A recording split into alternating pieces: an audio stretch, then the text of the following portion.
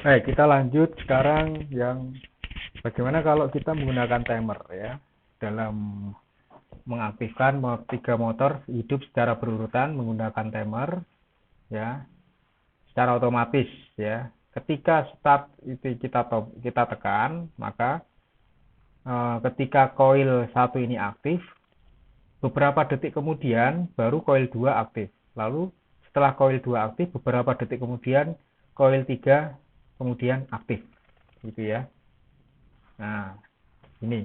Jadi caranya, timernya bagaimana? Jadi logikanya ketika koil satu ini aktif, maka ketika ini koil satu aktif, koil ini menghidupkan atau mengaktifkan timer satu untuk mengaktifkan koil 2. Gimana caranya? Nah, kita gambarkan di sini aja ya.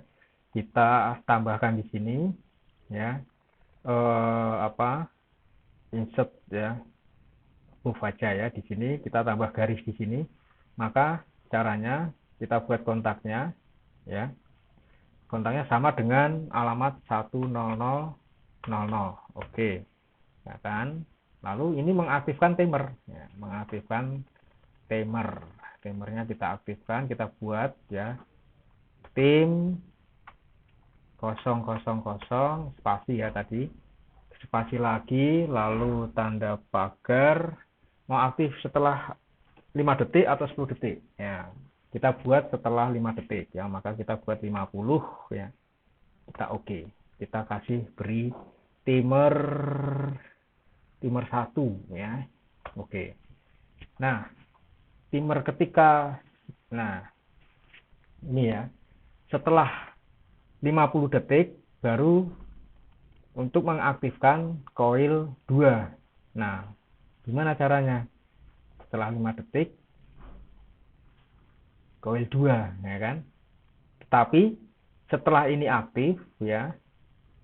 Setelah ini aktif maka mengaktifkan koil 2. Nah, kita tinggal maka ini kontak ini tergantung dari ini. Jadi kontaknya timer kita letakkan di sini. Ya, kita letakkan di sini.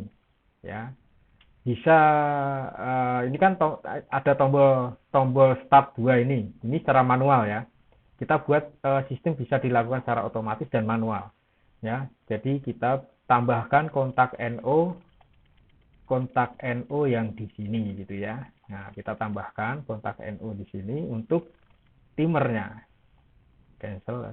Nah, di bawahnya ya, di bawahnya ini kita kontak timer ya. T000 enter.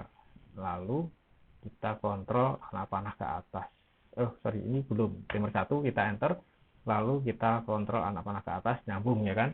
Maka ketika ini aktif, maka ini juga aktif gitu ya. Oke, nah ini aktif ya. Lalu ketika ini aktif, maka ini juga mengaktifkan timer untuk mengaktifkan koil 3. Nah, caranya sama, kita buat ini ya, di bawahnya ya. Kita buat tambahan lagi garis ruangan. Nah, ini ya. Oke, kita samakan aja. Kita buat. Nah, ini kontak ini aktif, maka ini juga aktif kontaknya, harusnya sama 10001. Oke. Lalu kita buat timernya aktif di sini. Timer T IM spasi 001. Nah, lalu spasi lagi, tanda pagar, misalkan 5 detik ya, 5 saja, pakai 5 detik aja. Oke, kita kasih timer 2. Oke, nah ini. Nah, ketika koil 2 ini aktif, maka timer ini aktif. Lalu setelah 50 detik, maka harus menghidupkan koil 3. Nah, ini caranya. Kita buat tambahan kontak lagi di sini ya. Nah, di sini. Cancel biar di sini. alamatnya harus sama dengan T001. Oke, lalu kita panah-panah ke atas ya, seperti itu.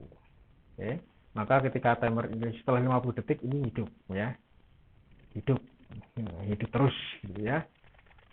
Nah, lalu bagaimana ini cara, apakah ketika di off kan apakah off ya, ketika di off kan apakah off?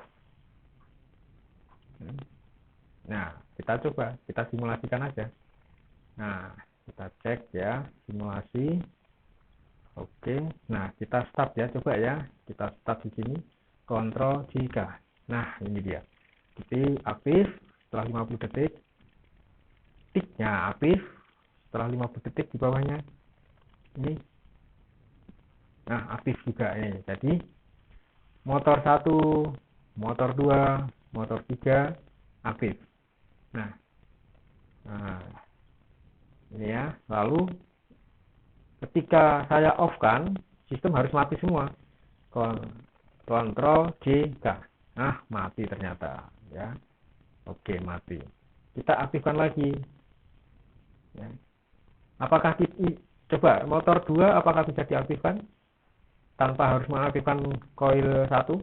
Kita coba jika. Nah, tidak bisa karena di sini ada NO miliknya MC miliknya coil 1.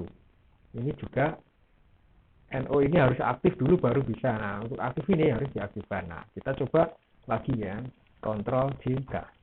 Nah, ini aktif, lalu coil 2 tidak langsung aktif tapi menunggu. Nah, aktif.